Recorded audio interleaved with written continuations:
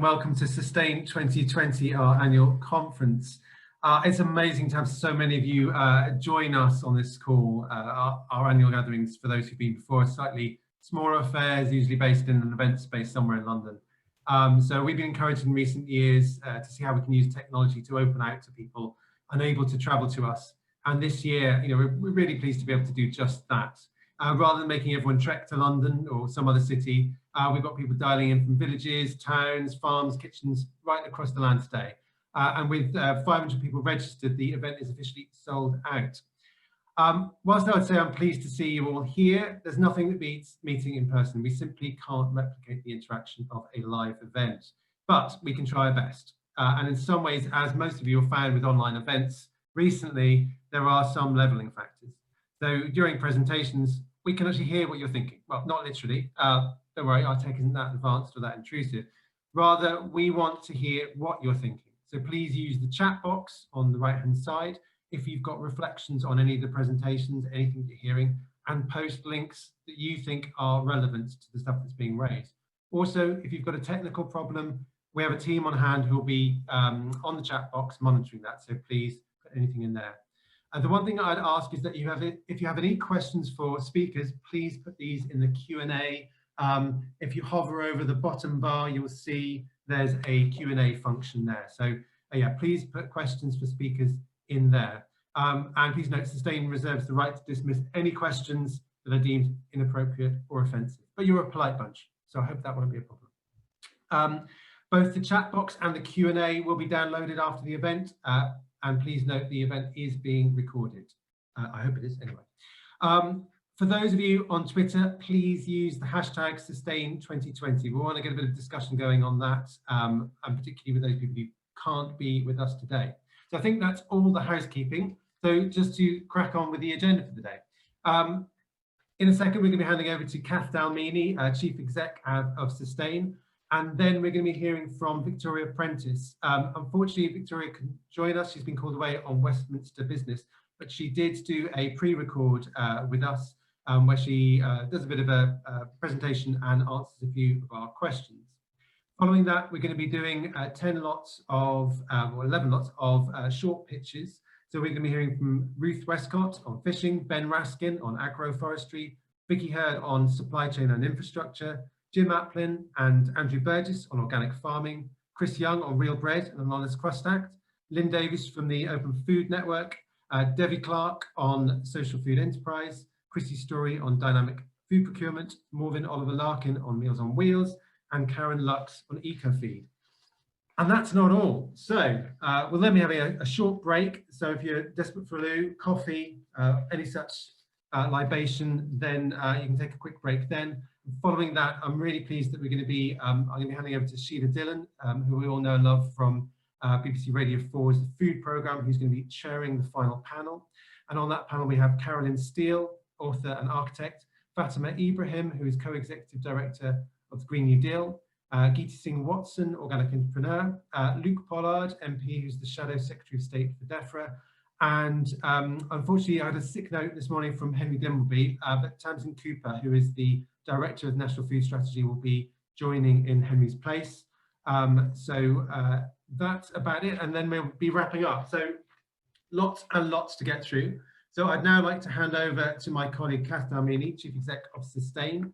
Some of you will be familiar with our previous annual gatherings, where we look back over the last year and look forward at our achievements as an organisation, and look forward to what we should be achieving as an alliance. So whilst the rest of the conference is very much focused on food and farming's role in a green economic recovery, we thought this is our main opportunity of the year as we're bringing all our work together to bring all of you together as well. So Kath, over to you. Thank you very much indeed. There's somebody in charge of my camera. Will I turn this on? I think I turned it on myself.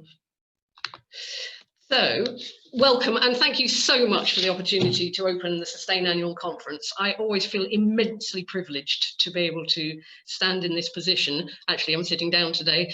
My name is Kath Dalmeny, as Ben said, and I am the Chief Executive of Sustain, which is the Alliance for Better Food and Farming.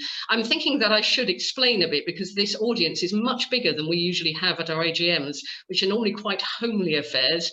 And I think that this is rather a symbol of where we've come as an organisation and also the issues that we care so much about.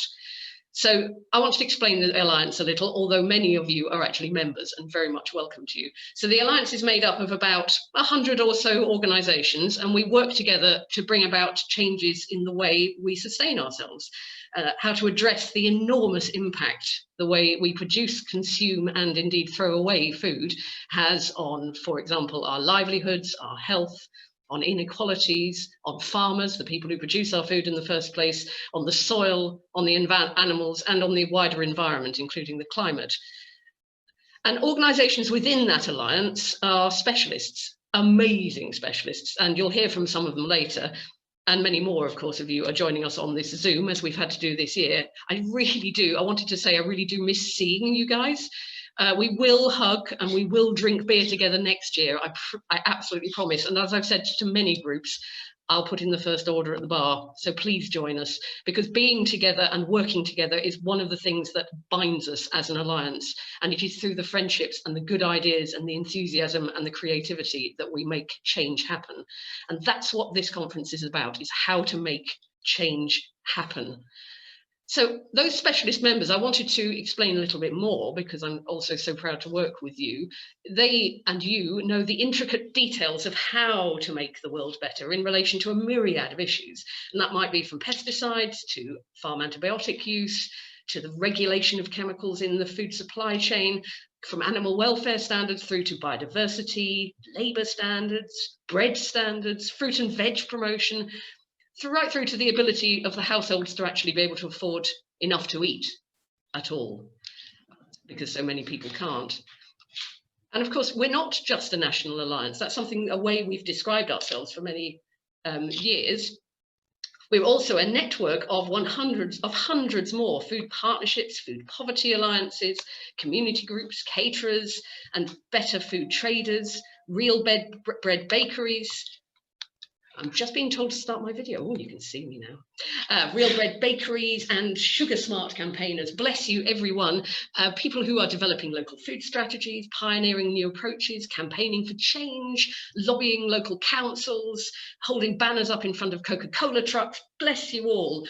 And making our food and farming system bit by bit better for everyone. Step by step, we are making change happen. And I'll come to some numbers on that in a moment, because we really are making change happen. People often challenge me to say, but is this scalable? Is this something that will make a difference? It does. It really does. We're getting to some really big, impressive numbers on the kind of change we're able to make happen. And if I didn't mention the issue that you particularly care about, I really do apologise, but Sustain is a really broad-beamed sailing ship. What brings us all together to plot a true course, excuse the laboured analogy, is what brings us together on this ship is the shared passion to make things better, and also the shared insight, and I bow to my wonderful colleague Caroline Steele, who's going to speak later on, about the way we see the world through food, through better farming, and support better ecological food production. It's one of the most fundamental expressions of our relationship both to the planet and to each other. So it is a very broad ship of ideas and passions that bring us together. And in this endeavour, to continue this rather silly sailing ship analogy, my job is to help navigate that, not necessarily always to steer, although I must keep a charity on a true course as well. But we have to take into account many voices and factors and keep a light hand on that steering wheel to keep the ship away from the rocks. This year, Sustain is about 21 years old. which means that I personally have worked for this alliance, either as a volunteer, trustee, or employee for over 2 decades. Personally, that makes me pause to reflect. And 21 years, I have a very strong feeling, and I've been feeling this increasingly over recent months and years, that the issues we campaign on and the solutions that we care about so much have also come of age. 21 years. The world is waking up to the importance of food and the importance of an integrated systemic approach to better food and farming. And to be frank, not a moment too soon, because let's think about the world we're living in at the moment. And unfortunately, 4 big phrases spring to mind, of course: obesity, COVID-19, climate change and the nature emergency, and Brexit. I have to be the person to mention the B word quite often in the room. I do apologise for that. And all of these have profound impacts on our lives, and all are deeply, deeply interconnected with how we feed ourselves. And the Sustain Alliance, my wonderful colleagues and our specialist members, also wonderful in so many ways, have been deep in the workings of government all year, of policy, of legislation, of media work, campaigning, communicating, sometimes litigating, to try and make the change happen that we need to see in the world, through work on the National Food Strategy, on the Agriculture Bill, on the Fisheries Bill, on trade policy, on obesity policy, on sugar policy, on formulation of food policy, all these things that come together. No wonder Sustain has to be such a broad ship to contain all of these passions, but also to help steer together. I'll read out a quote that a very dear friend of mine sent to me just after the EU referendum. "This is what Sustain was made for." And I thank my dear friend and colleague Pete Ritchie from Nourish Scotland, one of our sister alliances in Scotland, for having sent me that phrase by email. I printed it out actually and stuck it on my wall. And it's been a guide to me through choppy waters. This is what Sustain was made for. We come together as an alliance. We come together today, 500 people interested in food policy. We have things to do together, guys. We have things to do together. We need to come together to reflect on how we can pool our collective wisdom and our efforts to make change happen. And excitingly, we're already doing so in a really big scale. I'd like my colleague Ollie to listen up, because I'd like him to change the slide now. He's one of our new members of staff, and already, I have to embarrass you, Ollie, you're not on screen, a national treasure. If you know your Harry Potter, then Ollie is playing the whole role of house elf at this conference. So what I think you're seeing on the screen, let me just move my own. Yes, it's a whole slide full of numbers. So we've got some really big things to fix. I talked about obesity. Let's just take that as an example. It can seem like something really entrenched in the system, and we can write reports about it and say how so many factors affect it. But what do we do when we're an alliance? Let's look at that from an alliance perspective. We start to pick off the issues that are contributing to that obesity crisis. We can start to fix it if we break down the problem and look at it systematically. Now, Sustain, as an alliance, for those who don't know, campaigned for and won, hooray, the Sugary Drinks Tax, a way of shifting the balance of good health towards good health and away from damaging products that actually have a bad impact on the diabetes rates, the obesity rates, the heart disease rates in this country and indeed across the world. We need financial measures to shift the balance towards good health. So we're now, that Sugary Drinks Tax is now raising something in the order of £1/3 of £1 billion a year in order to reinvest in children's health. That money wasn't there before. We are making change happen. £0.3 billion can go quite a long way to making sure that fruit and vegetables are subsidised in schools, that school breakfasts are provided, that the environment in which children grow up in is healthier. We've also made enormous strides on combating junk food marketing to remove the incentives to be able to market such things to our children. I looked back recently, because I am a food policy nerd, to Hansard transcripts of political debates in Parliament from 2003, when obesity first started being properly addressed in Parliament. And at that time, it was still acceptable to say, leave children to eat what they want. It was being said by politicians in Parliament. They can choose. They're natural beings. They will choose what's good for them.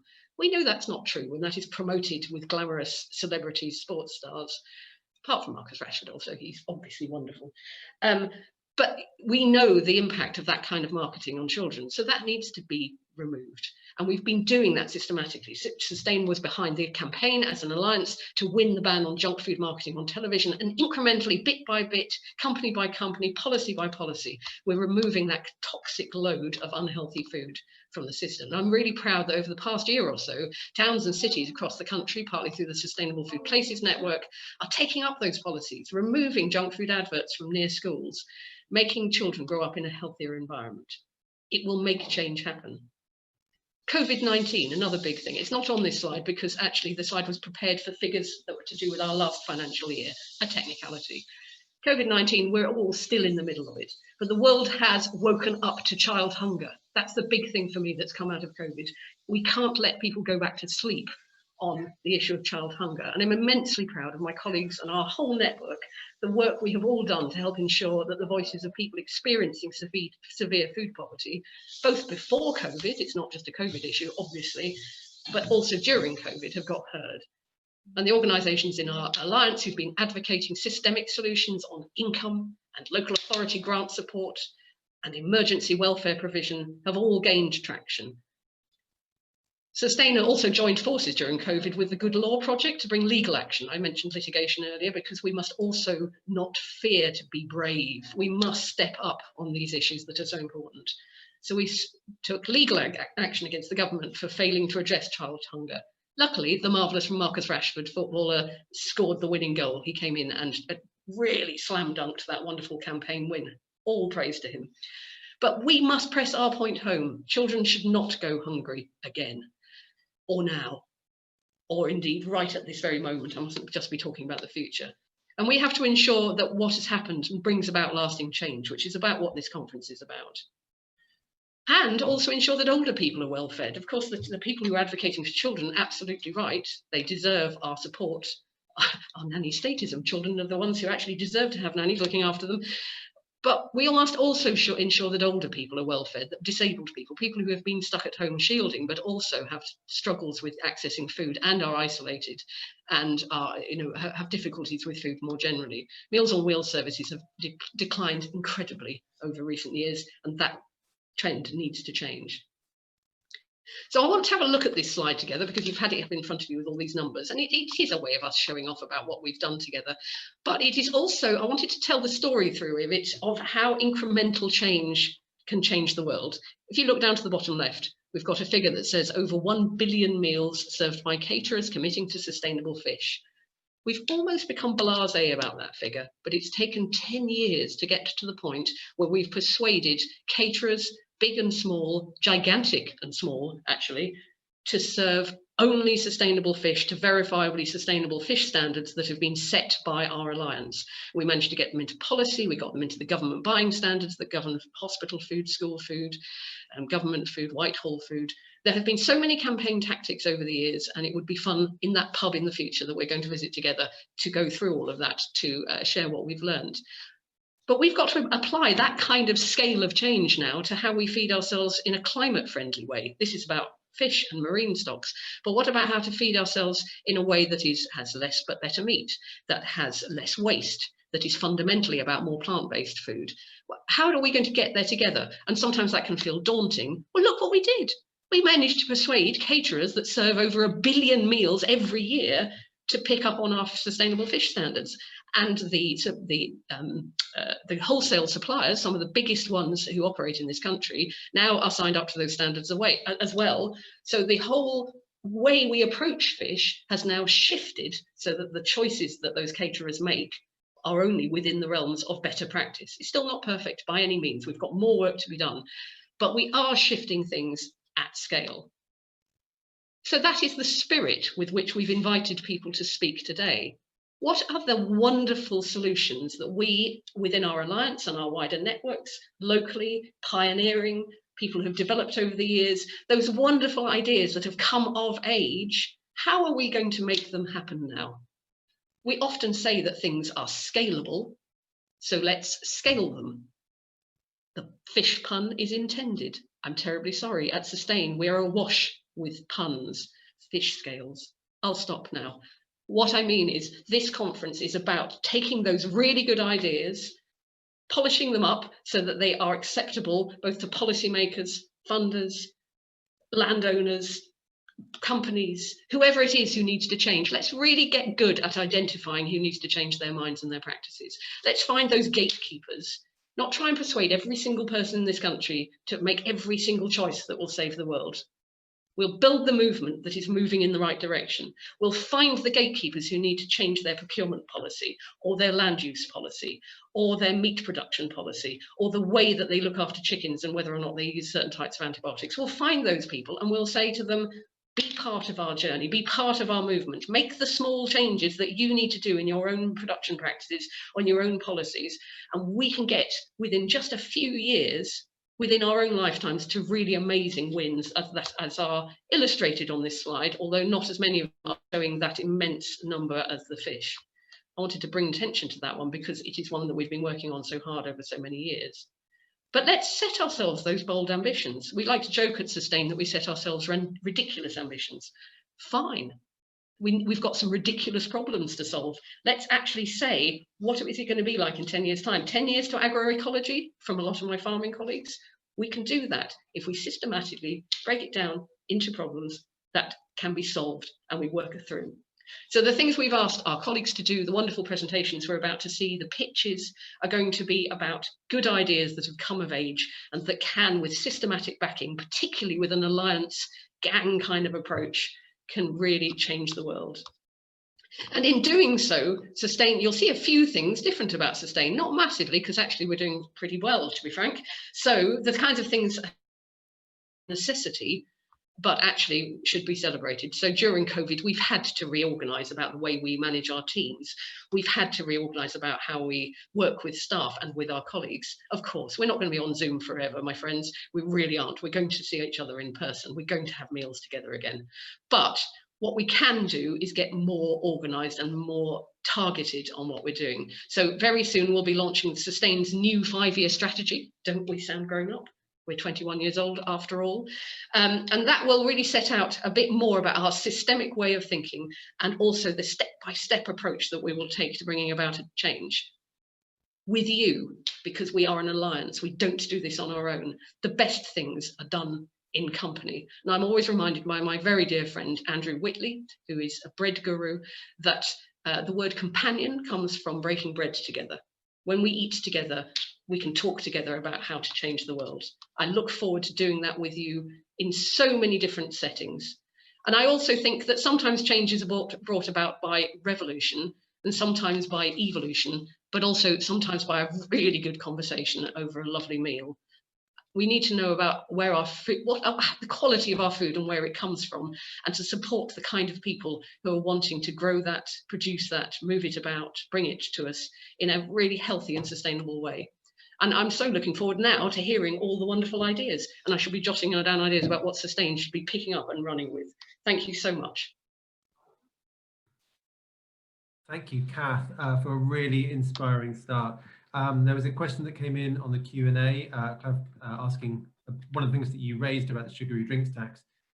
Indeed, just to answer that, so half of the money is earmarked for sport, but we would argue the other half should be earmarked for food. This is something we're calling on Department for Education to do. And we're going to be running a webinar on that actually in the new year. So I'm really pleased that was raised. And my colleague Barbara, I think, will be posting some more information about that in the chat box about that.